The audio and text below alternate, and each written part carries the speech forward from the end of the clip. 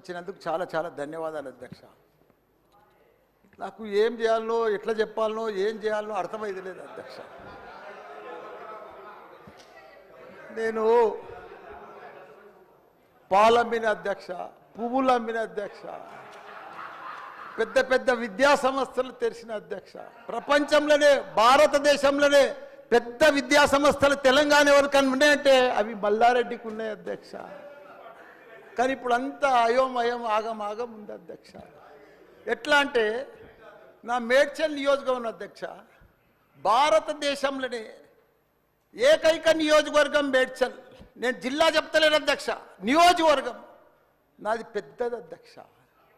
7 మున్సిపాలిటీలు, 3 కార్పొరేషన్లు, 61 గ్రామాలున్న ఏకైక మేడ్చల్ నియోజకవర్గం మల్లారెడ్డిది అధ్యక్ష. మల్లారెడ్డి అధ్యక్ష, మల్లారెడ్డి దాన్ని అతులం కుతులం చేస్తున్నారు అధ్యక్ష. దాన్ని జిహెచ్ఎంసీ అని ఇప్పుడు నా తన 7 మున్సిపాలిటీలు ఉన్నాయి, 3 కార్పొరేషన్లు ఉన్నాయి, 61 గ్రామాలు ఉన్నాయి. అందులో 28 గ్రామాలు తీసి మున్సిపాలిటీలలో కలిపేసారు పక్కకున్న గ్రామం.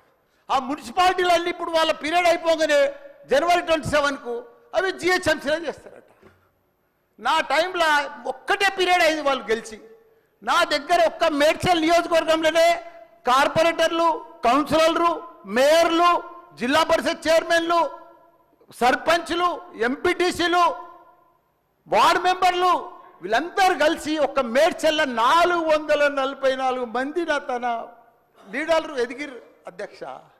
ఇవాళ వాళ్ళంతా మటాష్ అయిపోయారు. మొత్తం సగం మంది కాంగ్రెస్లకే వచ్చారు, అయోమయంలో పడిపోయారు వాళ్ళు మొత్తం కాంగ్రెస్లోకి పోయి. ఎందుకంటే మళ్ళీ ఎలక్షన్స్ వస్తాయి, మళ్ళీ మున్సిపల్ ఎలక్షన్స్ వస్తాయి, మళ్ళీ సర్పంచ్ ఎలక్షన్ వస్తాయి అంటే ఏ మున్సిపల్ లేదు, కౌన్సిలర్ లేరు, అన్ని జీవోలు కూడా వచ్చేసినాయి అధ్యక్ష. ఆల్రెడీ మున్సిపాలలో గ్రామాలు కలిసిపోయినట్టు, మళ్ళా గ్రామాలని మున్సిపాల్ కూడా అన్ని జిహెచ్ఎంసీలో కలిసినట్టు. ఒకటి అధ్యక్ష, కలుపుని తప్పు లేదు.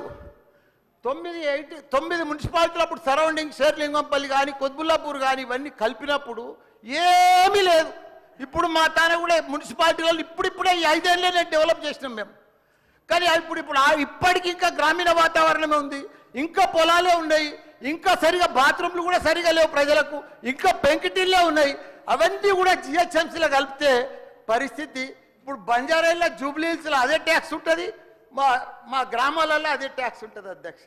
ఈ పైసలన్నీ కూడా తీసుకుపోయి ఏదైనా పెద్ద పెద్ద ఫ్లైఓవర్లు వేయాలన్నా ఏది వేయాలన్నా మళ్ళీ జూబ్లీహిల్స్ బంజారాయిల్ని ఖర్చు పెడతారు అధ్యక్ష.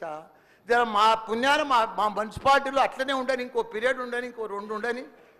శ్రీధర్ బాబు గారు మా సీఎం కూడా చెప్పండి మీరు దయచేసి ఈ సభ ద్వారా మా మున్సిపాలిటీలో ఇంకో పీరియడ్ ఉంటే మంచిగా అవుతుంది. ఎందుకంటే గ్రామీణ ప్రాంతాలు ఉన్నాయి, ఇంకా వ్యవసాయాలు ఉన్నాయి, ఇంకా పెంకటిళ్ళు ఉన్నాయి.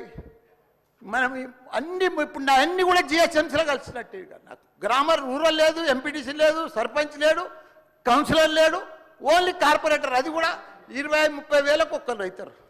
444 మంది పోయి 40 మంది కూడా గారు 8-10 మంది అవుతారు నా నియోజకవర్గం. 6,48,000 ఓట్లు ఉన్నాయి అధ్యక్ష. అది అయిపోయిందా, ఈ పార్టీకి అయిపోయింది. దయచేసి అది చెప్పినా మీకు అంత మనవించుకున్నా. హైడ్రా భారతదేశంలోనే మన హైదరాబాద్ అంటే, తెలంగాణ రాష్ట్రం అంటే ప్రపంచమంతా మోగిపోయింది అధ్యక్ష. ఐటీ రంగంలో కానీ, ప్రతి ఒక్క డెవలప్మెంట్లో కానీ, ప్రతి దాంట్లో కూడా హైడ్రా వచ్చినాక ఒక్కసారి హైడ్రా ఏం పెద్ద తప్పు పని చేయలే. కానీ హైడ్రా వచ్చినాక ఒక భయాందోళనతో మొత్తం కుప్పగొలిపోయింది అధ్యక్ష. హైదరాబాద్ సిటీ దిష్టి తగిలిపోయింది అధ్యక్ష. నువ్వేమన్నా అనుకో, ఎందుకంటే నాకు పెద్ద ల్యాండ్ బ్యాంక్ ఉంది, నాకు పెద్ద విద్యా సంస్థలు ఉన్నాయి, నాకేం నష్టం లేదు, నేనేం ఎఫ్టీఎల్లో లేను, బఫర్ జోన్లో లేను. నేను జనరల్గా చెప్తున్నా, అభివృద్ధి అమెజాన్, గూగుల్, ఫేస్బుక్, యాపిల్ లాంటి కంపెనీలు అమెరికా తర్వాత ఇక్కడ మన హైదరాబాద్ తెచ్చిండు మన కేటీఆర్ అధ్యక్ష. హెడ్ క్వార్టర్స్ ఈయనే ఉండే అధ్యక్ష. ఐటీలా మనం కర్ణాటక బెంగళూరు మించినాం అధ్యక్ష. 9 లక్షల మంది ఉద్యోగాలు చేస్తున్నారు, ఐటీ ఉద్యోగాలు. పెద్ద పెద్ద ప్రపంచం అంతా కూడా హైడ్రా తీసుకొచ్చి పెద్ద పెద్ద వాళ్ళకు బుగులు పట్టిపోయింది అధ్యక్ష. గరీబ్ వాళ్ళు అయితే గుండెలు వలిగిపోయినాయి అధ్యక్ష. మరి అది ఎందుకు తెచ్చిర్రో ఏమో మళ్ళీ నాకు అర్థం కాదు. ఇప్పుడు ఒకటి అధ్యక్ష, ఇప్పుడు నాయే కొన్ని ఎఫ్టీఎల్ ఉన్నాయనుకో, ఎగ్జాంపుల్ చెప్తా శ్రీధర్ బాబా అన్న. మన ఇంట్లో మన సెల్ ఫోన్లో చూస్తే మన భూమి జర్సెప్టీ ఫ్లో ఆగిపోతుంది అన్న. మీకు దండం పెడతా, మీరంతా చాలా మేధావులు. మన ఇంట్లో కూర్చొని కూడా మన పొలం హైడ్రాల్ ఉందా, చెరువు ఎఫ్టీఎల్ ఉందా, బఫర్ జోన్లు ఉందా చూసుకోవచ్చు. అంత టెక్నాలజీ వచ్చింది. గూగుల్లోకి పోతే చూసుకోవచ్చు. చూసి ఎవరెవరికి ఉందో ముందే నోటీసులు ఇచ్చి ఓపికతో అర్జెంట్ ఏముంది, తెల్లారి శుక్రవారం పొద్దుగల్లే పోయి శనివారం పొద్దుగల్లే పోయి కూలగొట్టాలని ఏముంది అధ్యక్ష. నిదానంగా వాళ్ళు కూడా మన తెలంగాణ ప్రజలే.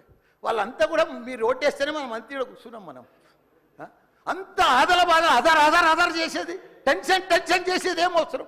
మంచిగా నోటీస్ ఇచ్చి బాబు చేంజ్ చేసుకో, మార్చుకో, చూసుకో, నీకు ఇది ఇస్తాం, గరీబోడు ఉంటే ఇది ఇస్తాం, ఈ బెడ్రూమ్లకు అని నిమ్మడంగా చేస్తే అయిపోయాయి కదా.